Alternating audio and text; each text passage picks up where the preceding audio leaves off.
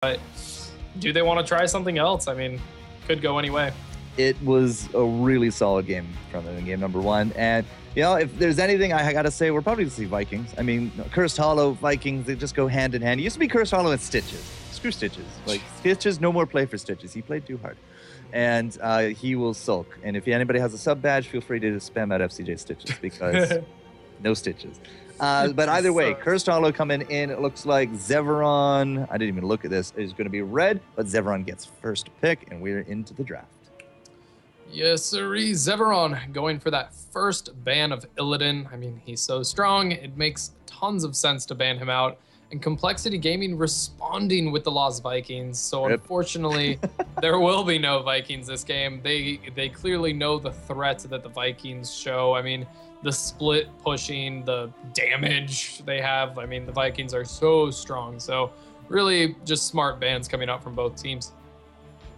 Uther as the first pick here. Zeveron saying, all right. They also got their next wave of picks here. So Zeveron saying, whatever you can do, we can do better. All right, Uther is the first pick for them. Either way, we then respond with a Jaina, and there's the Tyrande. Just we do not want to give up a Tyrande here from Complexity. And tell me, who does Zeveron then roll with? Zeveron, instead of the Muradin, they decide to go with the Diablo Kerrigan.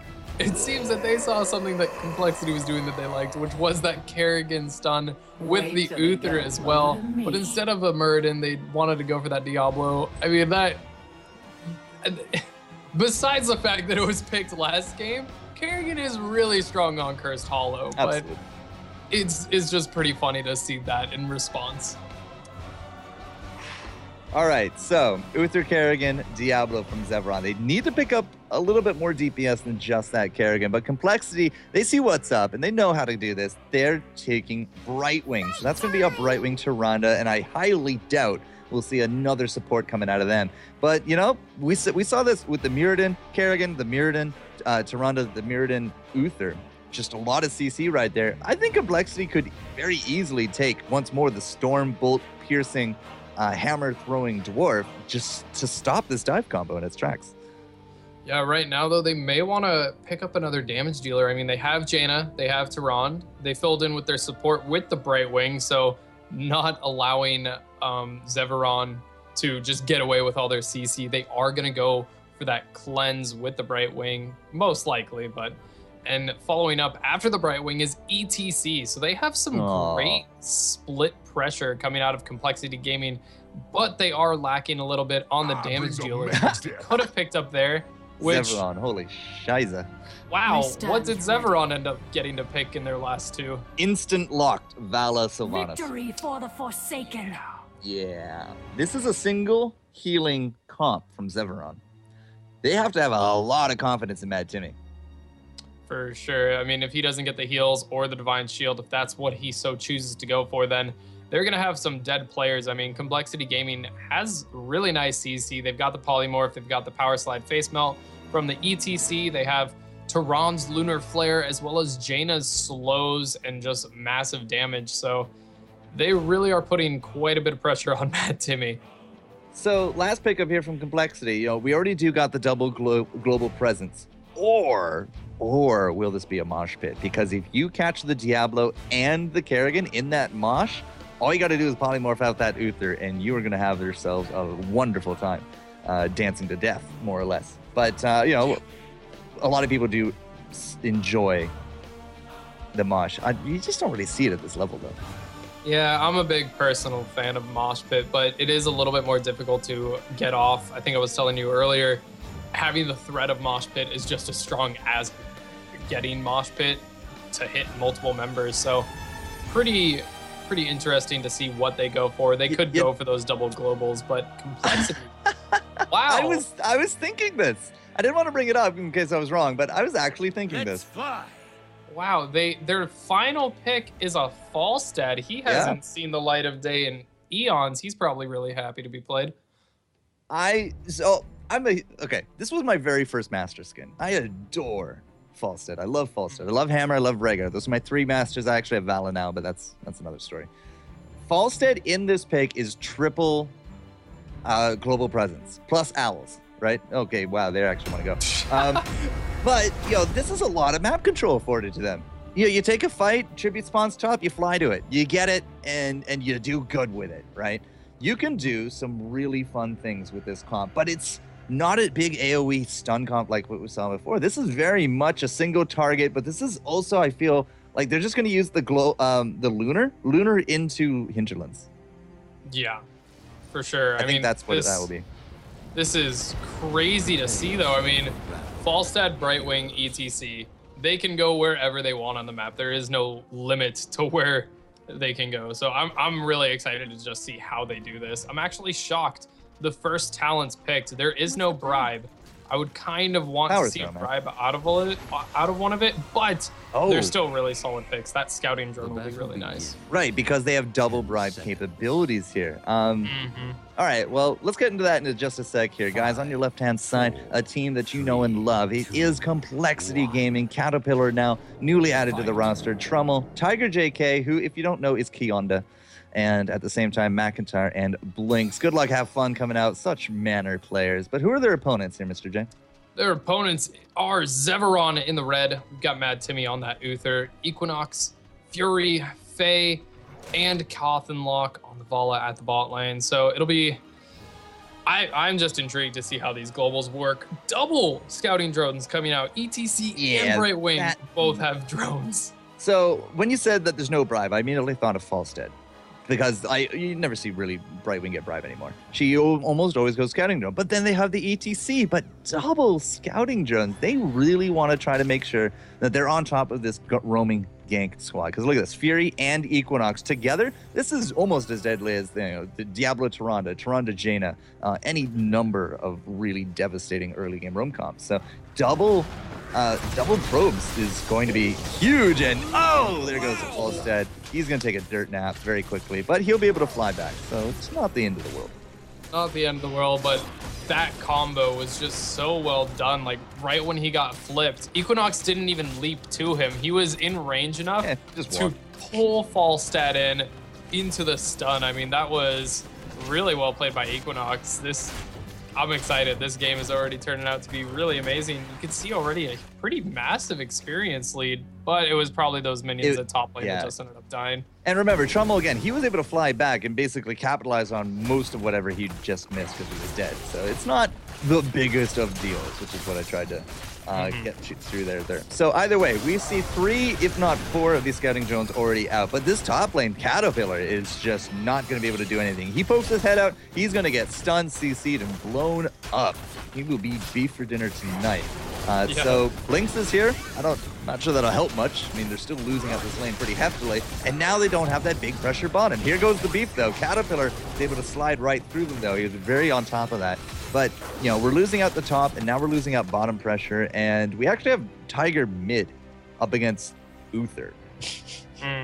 Probably won't be able to get a successful gank off. I mean, Trummel can do some damage, but here you go. You see Tiger miss the CC, and even if that landed, Mad Timmy already had the well-tapped heals going and his own heals, so plenty of health there. He would not die. But looking at that top lane, I mean, Faye and everybody else, Diablo, Fury, and Equinox, they were able to take out that wall. There's not much an ETC and Brightwing can do other than just watch and admire that they're pushing down their top wall.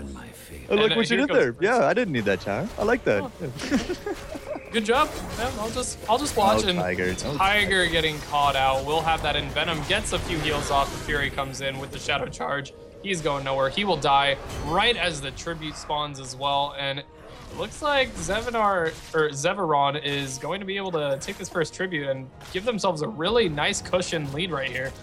Well, McIntyre can't really roam. He doesn't have the hit points, needs to stay down here. We do got the fly ready from Trummel, but it won't matter because that kill up top basically sealed the deal for that tribute. It went straight into the pocket of Zeveron. They're getting a lot of structure damage out there. They've solidified now over half a level lead between these teams. They're on track for 7, and really good placements of these scouting probes. It's still not defeating this roam.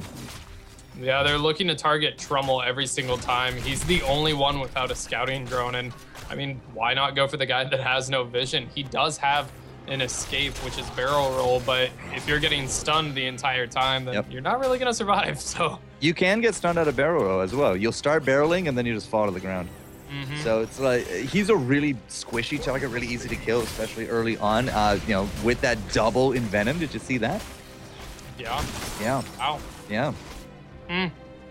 They are going for the kill on with Zeveron. Things are dying. Yes. And right now, I mean, both teams splitting. They got the Giants at bot. They got the Giants at top. Tribute is now in the bot side, and already Equinox and Fury are there. Tiger could be walking into his death, which he is. He gets comboed from the Kerrigan. There goes the charge and the flip. Tiger's trying to run away, but nope, will not survive that day. And yet again, another secured Tribute for Zeveron. I wonder if this is going to be a game series where we see whoever gets Kerrigan wins. It's possible. It's Heroes of the Dorm all over again. Whoever got Illidan won. Yeah, I don't know. They're just like early game has been phenomenal from both sides who have gotten Kerrigan. And now this game number 2 with now a possible Tribute coming up. Now, it's possible that we are going to have a 3-up, 3-down situation here for Zeveron, and they get that curse and they do all the pushing things. Or they bait out this next Tribute and they go get a boss. It's very possible. Yet again, though, the CC combo going down on a Trumbull. He will survive this time, though, and they're counter-engaging. That cleanse. Beautiful from Mad Timmy to keep Fury in it. Wow. Diablo just walks away, sunglasses. Deal with it, mortal. Level 9 to just a little bit under 9. We are going to hit those heroics first. Will this be a 3-up, 3-down? Are we actually going to fight over this next Tribute, or are we going to get in position for a boss? Because we have good positioning for a boss, I think. Yeah, they're at the Bruisers right now. It's about over, and it looks like they want to go for that Tribute. It is in a nice spot. If they're able to get that Tribute and get a few kills, they can go straight for Complexity's boss. I mean, it'll be a little bit tough. Equinox is trying to run in there, hops on Caterpillar. They will not be able to get this Tribute. And they're almost 10 looking for the engagement. Yep, they should have gone for boss. They just now got 10. They could have had the boss right now, but they may try and take Complexity's boss instead.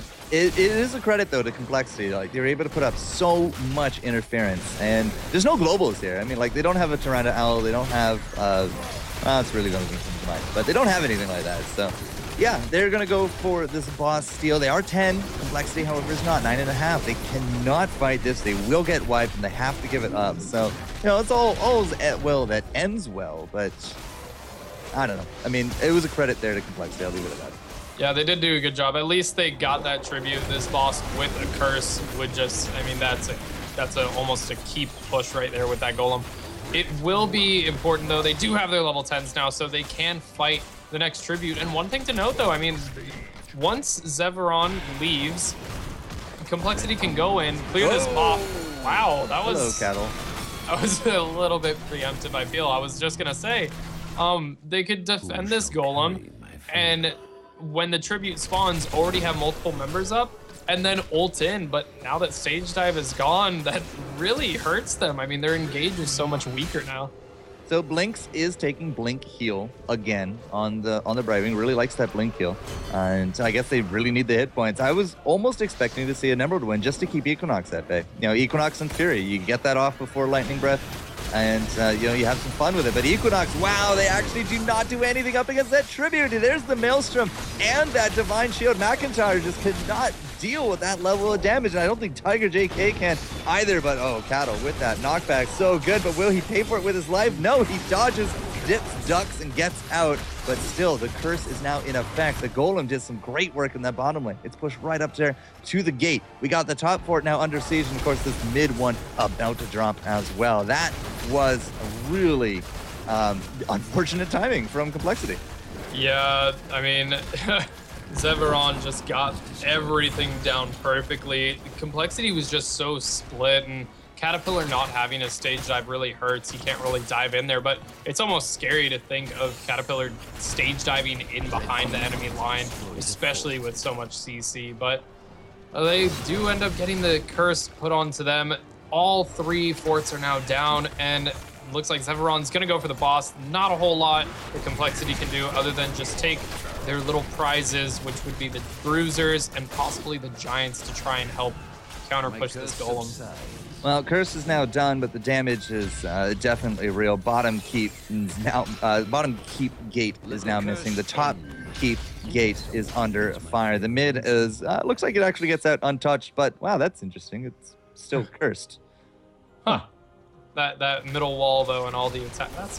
Huh. Either way, Bug, Blizzard, get on it. So yeah, boss is now down, as we do normally see. We do have enough heroics here, I think, to make a good stab at bursting down the Equinox, bursting down Fury, but they only throw out a few stuns half-heartedly, and now with boss and the Stone Bros here, would this be a keep? I'm on the fence. It possibly could be. You can tell Complexity is just being very careful. They want to get level 13, they're a talent down, but with the boss and the Giants pushing, this is a little bit scary. There goes the engage, though, with Fury, forcing Caterpillar into the backline. He will just power slide and face melt away. Brightwing porting in onto Trummel. Yeah, but no team is really going for a hard engage. They are both really being careful. I feel the better end is on Zeveron, and as I say that, there goes the stage dive and the hinterland. Tons of damage. Fury gets blown up. Equinox has to run with the Divine Shield. Maelstrom is popped, but to no avail. Very nice arrow, but that Water Ellie is just able to slow Gotham down enough, and Trummel will get that. Very nice pickup. They do end up losing the keep, though, but a very nice 2-for-none exchange. That's definitely going to breathe some life here into this Complexity comp. They got 14 off of that, and triple sprint? What is life? Wow. And okay, even level 13, crippling hammer. Are we actually going to see the secret weapon at level 16 with the stuns? I'm kind of curious. So Boomerang, Power Throw, and now crippling hammer. They really are looking to pimp out that hammer from Volstead, and why not? 4 tiers of talents can do it. And now they do got themselves that map pressure as well. They should be able to solidify very easily this next tribute. They got Sylvanas is bottom. Nobody else is even close to that. Looks like, what, perhaps Bruisers? Yeah, it looks like Bruisers are going to be on the menu. And Complexity will just continue soaking XP at this point. This is pretty huge, though, right now for Complexity. Getting that 2 out of 3 tribute. Level 16 is getting ever closer for Zeveron, but I mean, that fight was really well done by Complexity. Those triple sprints, that's just ridiculous. That's a lot of running. All right, something else I didn't actually look at. This isn't a typical ETC build. I mean, the scouting drone is whatever. That's fine. Loudspeakers is the range and knockback of Face Melt by 50%. And now he has Face Smelt as well, which is a slow. So we got slows on hammers. We got slows now on these knockbacks. Stuns to go with the ETC as well. There's a lot of soft CC from this Complexity team. Does Falstad have Executioner? No. Pretty sure he does not. That's kind of weird. Going for the slow strat. I don't know. This'll be interesting, but 3 Blood for Bloods coming out for Zeveron, a Benediction, and then a Firestorm dealing some more damage on the return. Interesting. Yeah, I don't know. We've been seeing a lot of Firestorm if you want that damage. It looks like damage is what they're going to try here for Cattle. Unfortunately, does not end up in their favor. Cattle just power slides out of there. Lynx. They're still owling, trying to keep him off. Lynx, they're going to retreat. Why? The tribute. They need to fight this. They need to try to keep Lynx away from that tribute. Oh, wow. So they are going to go send members top lane. Diablo is dancing around as Golem. They want to keep an eye on it, but what can they do? I mean, here's Uther and Kerrigan. Are they going to try and go in for the kill on the Cattle? It's 5 members against 3 members. Equinox. Zeveron. Equinox getting very low. Matt Timmy getting Hinterlands Blast. Equinox with that Divine Shield will survive, but at what cost? They did end up getting the tribute. It is now a 5v4 with only a few ultimates down from Complexity, and they're not looking to end the fight here. Caterpillar getting very low, getting stomped in. Fury, a very nice arrow goes in on 3 members. The Fire Breath goes down. 4 members almost about to die. Yes, 4 members of Complexity falling, and Tiger gets out barely, and so does Equinox. Wow. So who needs Uther, right? Yeah. The no damage. matter. Like, so, all right, that top tribute was spawning. Lynx was there. I really expected to see a bit more of a hard engage coming out from Complexity. Keep them rooted so that they can get a curse.